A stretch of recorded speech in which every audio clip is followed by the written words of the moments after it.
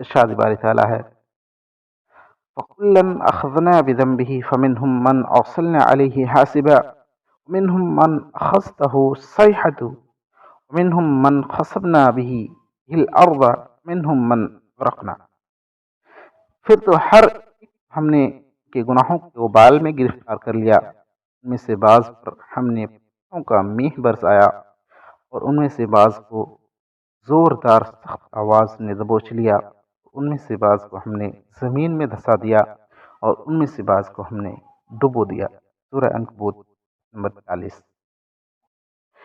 اس چیز نے ہمارے والدین آدم و حوا علیہم السلام کو لذتوں، نعمتوں، خوشیوں اور مسرتوں کے مقام جنت سے نکال کر رنج و الم اور مصائب میں دھکیل دیا۔ کیا یہ فرمانی نہیں تھی؟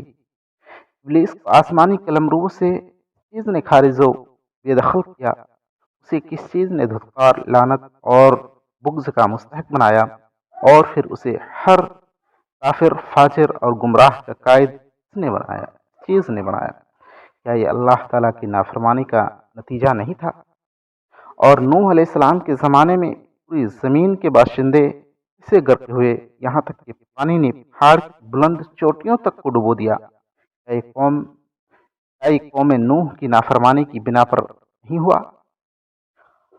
قوم عاد پر آندھیوں اور تیز و تند ہواؤں کو اس بنا پر مسلط کیا گیا، حتیٰ کہ ان کے مردوں کو زمین پر طرح بکھیر دیا گیا گویا کہ وہ کھجور کے کھوکھلے تنے ہیں۔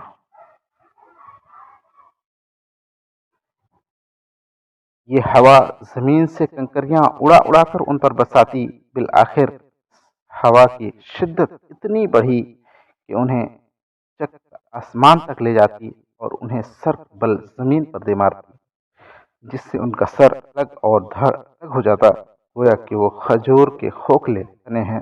تفسیر احسن البیان، سورۃ العنکبوت، آیت نمبر 40۔ معلوم ہوا جرم کی سزا دنیا میں بھی بڑی سنگین ہوتی ہے اور آخرت میں تو کئی گنا زیادہ خطرناک اور ہمیشہ رہنے والی ہے۔ نعوذ باللہ من ذالک۔ ترجمہ نگار۔ اور ہوا نے ان کے گھروں، کھیتوں، باغیچوں اور مویشیوں کو تہس نہس کر دیا۔ یہ بھیانک عذاب ان کے گناہوں کی پاداش میں نہیں تھا؟ اور قوم ثمود پر اس بنا پر نہایت خوفناک آواز بھیجی گئی، حتیٰ کہ ان کے دل ان کے شکم سے کٹ کر الگ ہو گئے اور کلیجے پھٹ پڑے اور وہ سب کے سب موت کے گھاٹ اتر گئے۔ کیا یہ ان کے گناہوں کی سزا نہیں تھی؟ اور قوم لوط کی بستیوں کو اس زمین سے اکھاڑ کر آسمان تک اٹھایا گیا، پھر وہاں سے ان کو الٹا زمین پر پھینک کر تہو بالا کر کے سب کو تہس نہس کر دیا گیا۔ کیا یہ ان کے جرائم کی سزا نہیں تھی؟ اور کس چیز نے قوم شعیب پر سایہ فگن عذاب کے بادل بھیجے، جب وہ ان کے سروں پر منڈلانے لگے، ان پر دہکتی ہوئی آگ برسائی گئی؟ اور کس چیز نے فرعون اور اس کی قوم کو سمندر میں غرقاب کیا، پھر ان کی روحوں کو جہنم رسید کیا، ان کے جسم غرقاب ہوئے اور روحیں آگ کے حوالے کر دی گئیں۔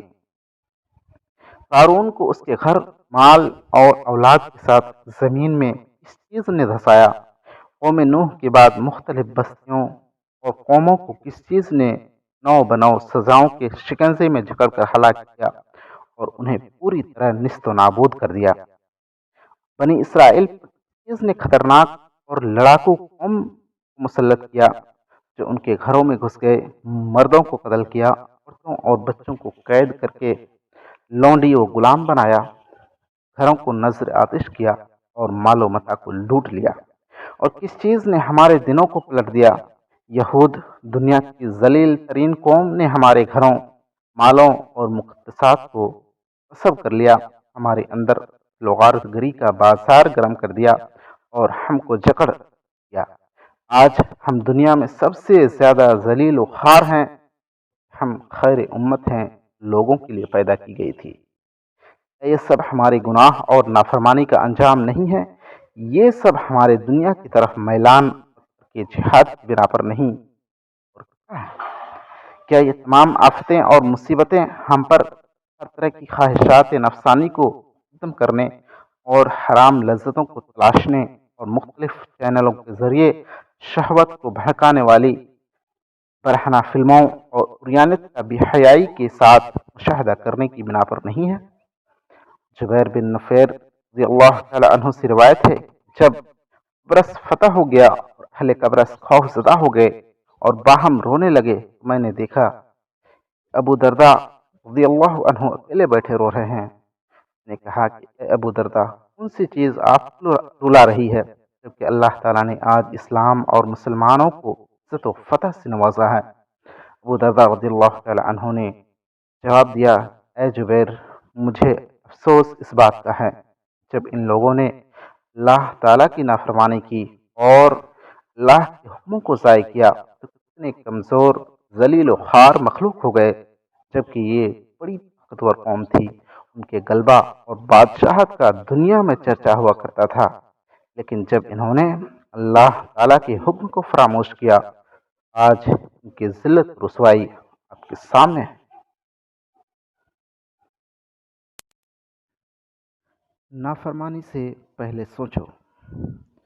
اے میرے پیارے بھائی، نافرمانی کرنے سے پہلے یاد کرو کہ اللہ تعالیٰ آپ کو دیکھ رہا ہے۔ جس کو اعلانیہ کر رہے ہیں اس کو بھی دیکھ رہا ہے، اور آپ جس کو چھپا کر رہے ہیں اس کو بھی دیکھ رہا ہے۔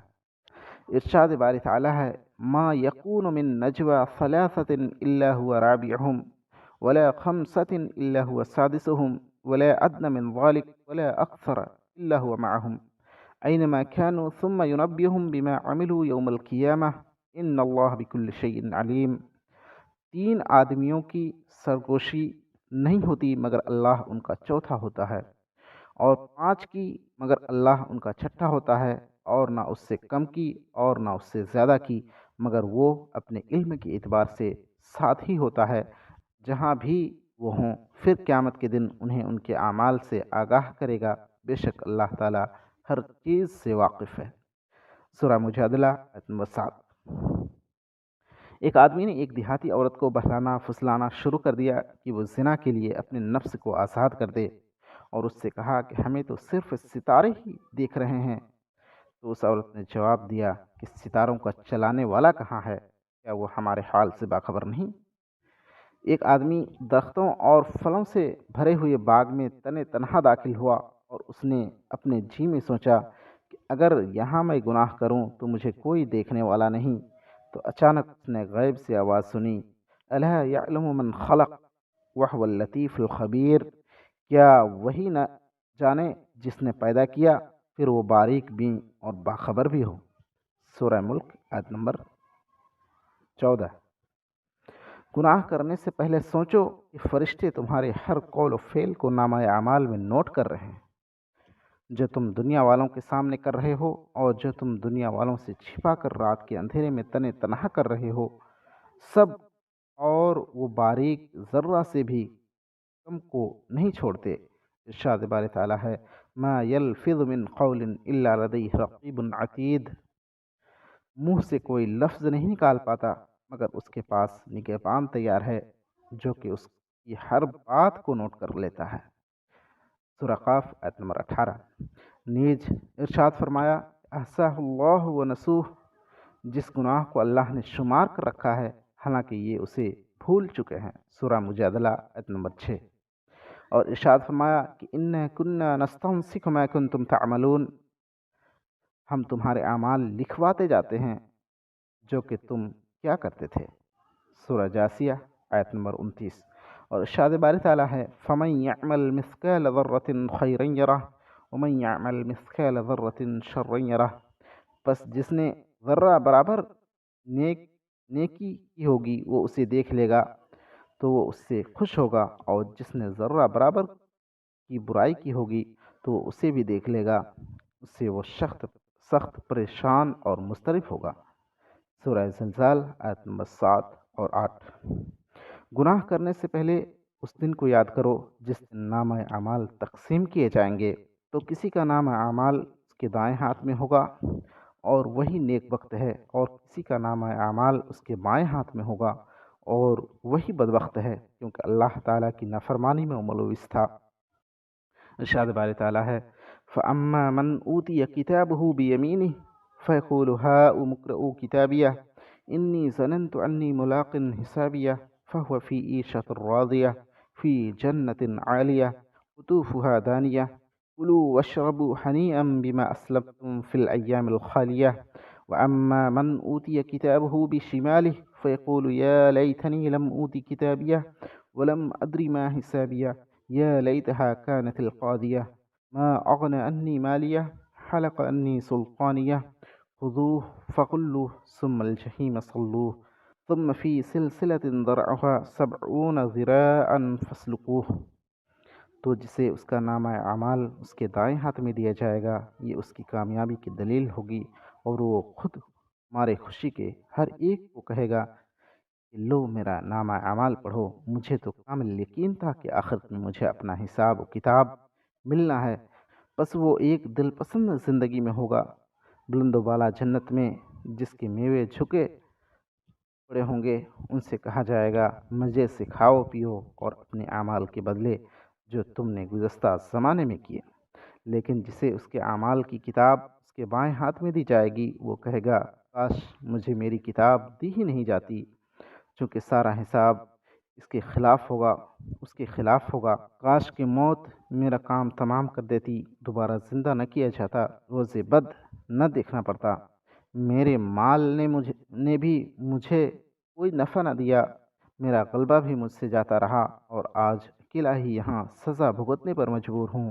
حکم ہوگا کہ اسے پکڑ لو، پھر اسے طوق پہنا دو، پھر اسے دوزخ میں ڈال دو، پھر 70 گز کی زنجیر میں اسے جکڑ دو۔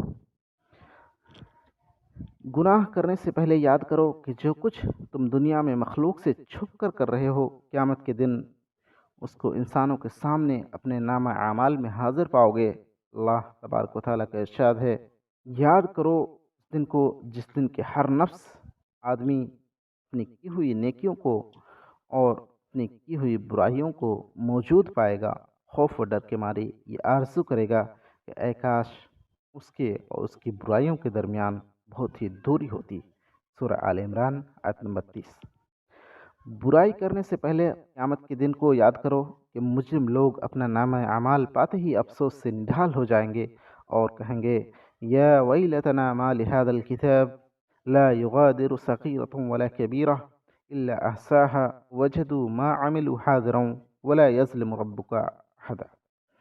ہائے ہماری خرابی، یہ کیسی کتاب ہے جس نے کوئی چھوٹا بڑا بغیر گھیرے یعنی لکھے باقی ہی نہیں چھوڑا، اور جو کچھ انہوں نے کیا تھا سب موجود پائیں گے، اور تیرا رب کسی پر ظلم و ستم نہ کرے گا۔ سورہ کہف آیت نمبر 39۔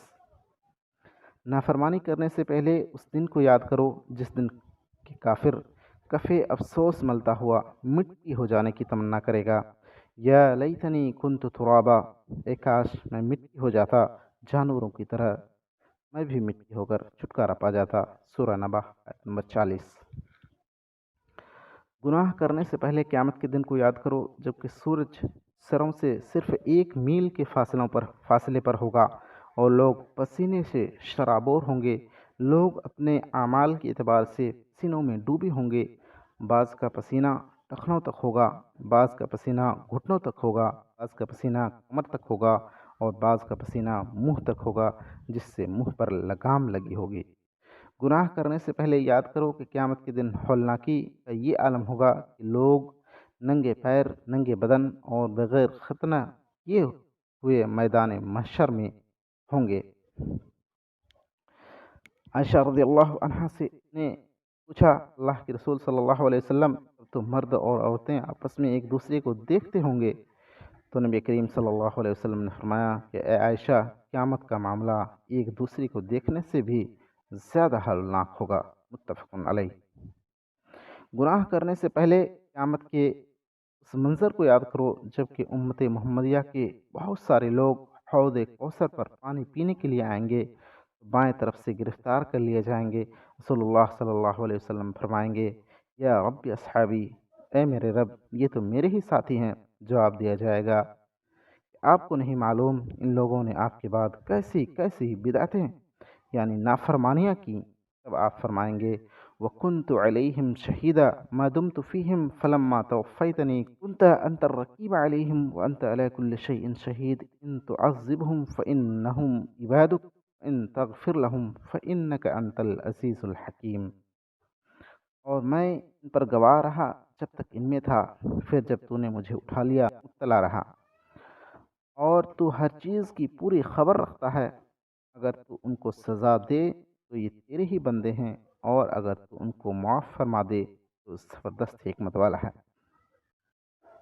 تو آپ سے کہا جائے گا کہ جب سے آپ نے ان کو چھوڑا ہے تب سے یہ لوگ اپنی ایڑیوں کے بل پیچھے ہٹتے رہے۔ بخاری و مسلم۔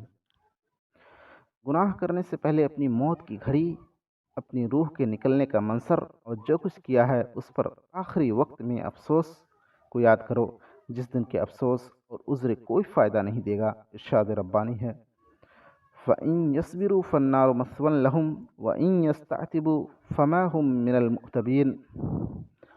اب اگر یہ صبر کریں تو بھی ان کا ٹھکانہ جہنم ہے، اور اگر یہ عذر و معافی کے خواہشگار ہوں تو بھی معذور و معاف نہیں کیے جائیں گے۔ سورہ فصلت آیت نمبر 24۔ گناہ کرنے سے پہلے موت کے وقت کی بے کسی اور بے بسی کو یاد کرو، جبکہ ملک الموت تمہاری روح نکال رہا ہوگا، بڑی سنگ دلی کے ساتھ روح کو کھینچ رہا ہوگا۔ سختی سے کھینچنے کی وجہ سے تمہارے پورے اعصاب، پورے اعضائے جسمانی کے ٹکڑے ٹکڑے ہو گئے ہوں گے۔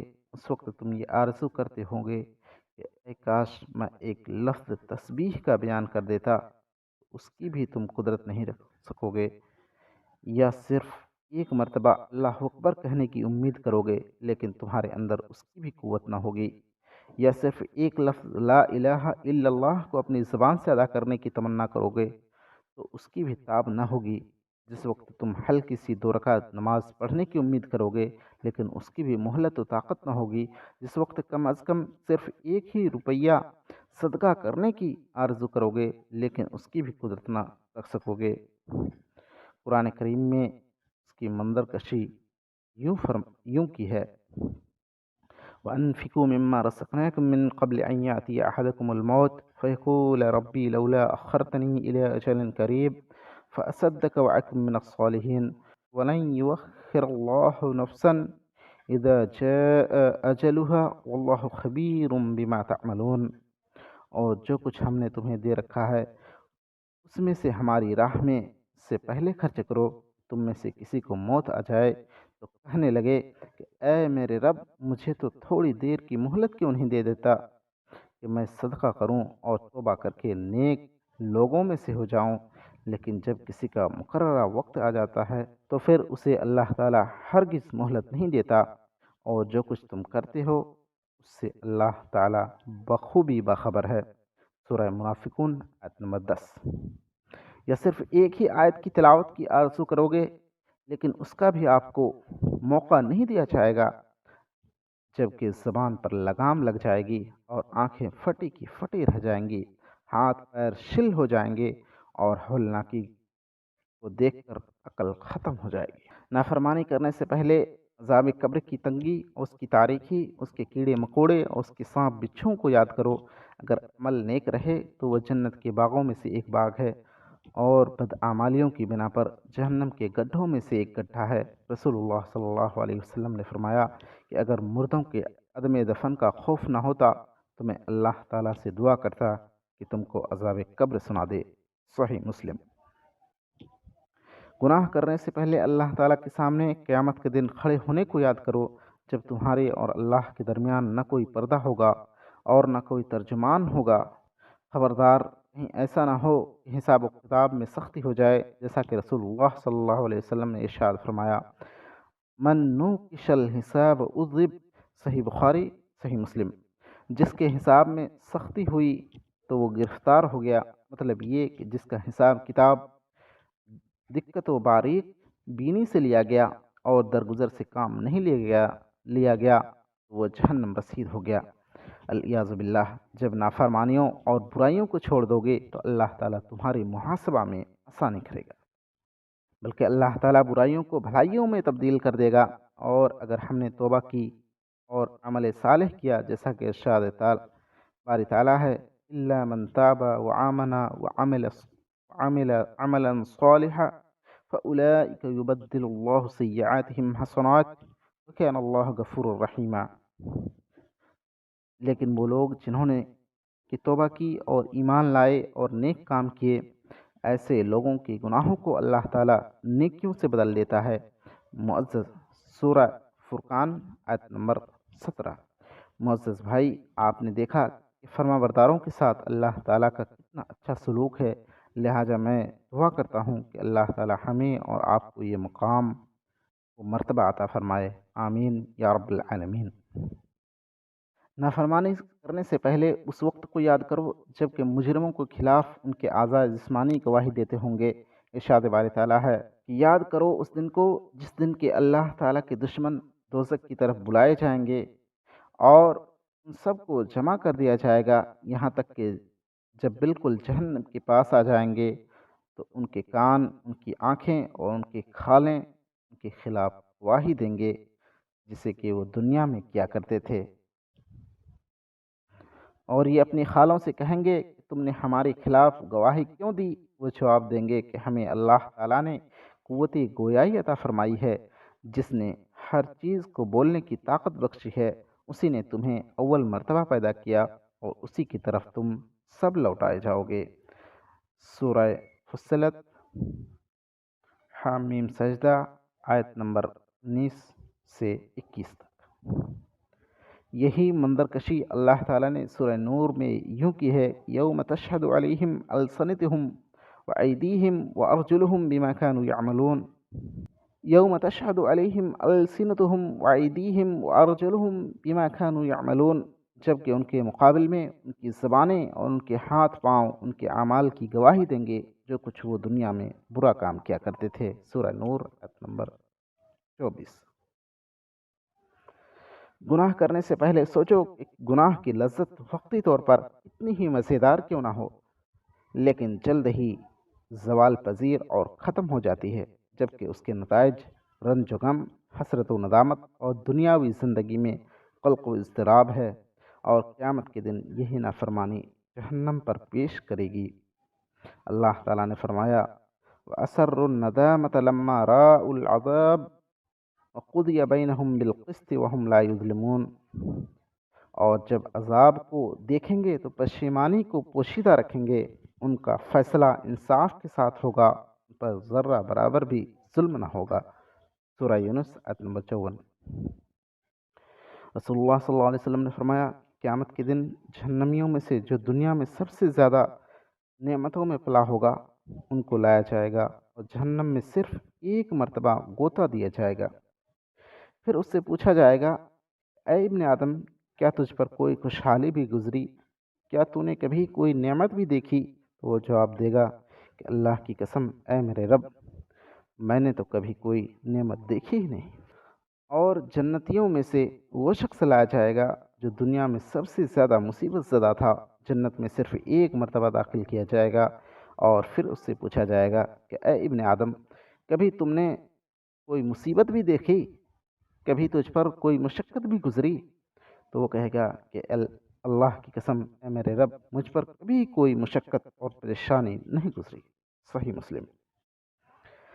گناہ سے پہلے سوچو کہ گناہ گھٹا ٹوپ اندھیرا اور اوپر تلے پے در پہ تاریکیاں ہیں، اور دل گناہ کی بنا پر بیماری، کمزوری اور ظلم سہتا ہے، اور کبھی گناہوں کی بنا پر دل بالکل مردہ ہو جاتا ہے، اور جب مردہ ہو جاتا ہے تو ہلاکت اور خسارے کا سامنا کرنا پڑتا ہے۔ اسی لیے رسول اللہ صلی اللہ علیہ وسلم نے ارشاد فرمایا کہ دلوں پر فتنے ایک کے بعد ایک ایسے آئیں گے جس طرح چٹائی کے تن کے ایک کے بعد ایک ہوتے ہیں۔ پھر جس دل میں وہ فتنہ رچ جائے گا تو اس میں ایک کالا داغ پیدا ہوگا، اور جو دل اس کو نہ مانے گا، ان فتنوں سے متاثر نہ ہوگا، تو اس میں ایک سفید نورانی بصیرت کا دھبا لگا دیا جائے گا، حتیٰ کہ دل دو قسم کے ہو جائیں گے۔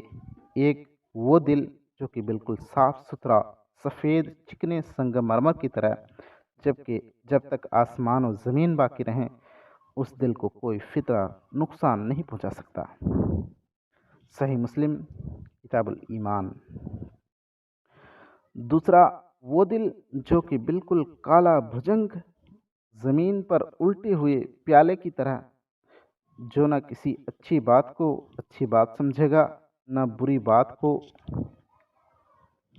بری، اس دل میں برائی اور بھلائی کی تمیز ختم ہو جائے گی، صرف وہی جو اس کے دل میں بیٹھ جائے۔ صحیح مسلم کتاب الایمان۔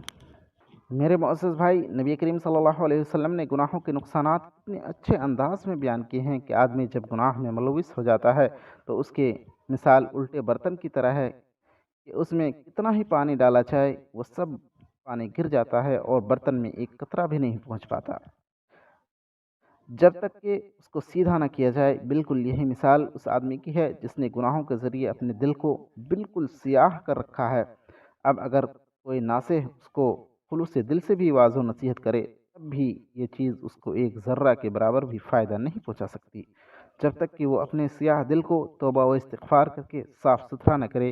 ارشاد باری تعالیٰ ہے، کلا بل رأنا علی قلوبہم ما کانوا یکسبون، یوں نہیں بلکہ ان کے دلوں پر گناہوں کی وجہ سے پردے پڑ گئے اور زنگ آلود ہو گئے۔ گناہوں کے خطرناک نقصانات کو بیان کرتے ہوئے نبی کریم صلی اللہ علیہ وسلم نے فرمایا، اذا لم تستحی فاصنع ما شئت، جب گناہوں کی وجہ سے تمہاری حیا ختم ہو جائے، تمہیں نصیحت اور اچھائی کوئی فائدہ نہیں دے سکتی ہے، اس لیے جو چاہو کرو۔ الیاذ باللہ، ترجمہ نگار۔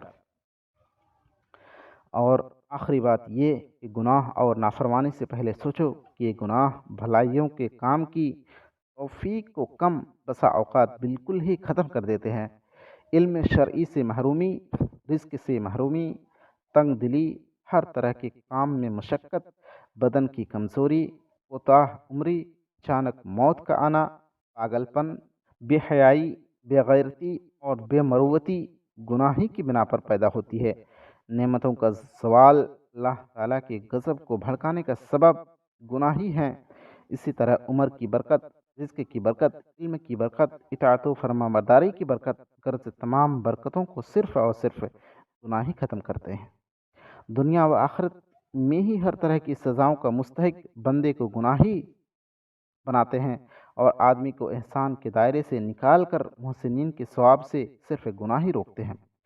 گناہوں کی سب سے بڑی سزا یہ ہے کہ بندے کا اپنے رب سے تعلق ٹوٹ جاتا ہے، اس سے خیر کے تمام اسباب ٹوٹ جاتے ہیں اور شر کے تمام اسباب سے تعلق جڑ جاتا ہے، یہاں تک کہ اسی حالت میں وہ مر جاتا ہے۔ اعاذنا اللہ منہ۔ ہم اللہ تبارک و تعالیٰ سے یہی دعا کرتے ہیں کہ اے اللہ، تو ہمیں اپنے مطیع و فرما بردار بندوں میں سے بنا جن پر نہ کوئی خوف ہے اور نہ ہی کوئی غم۔ وآخر دعوانا ان الحمد للہ۔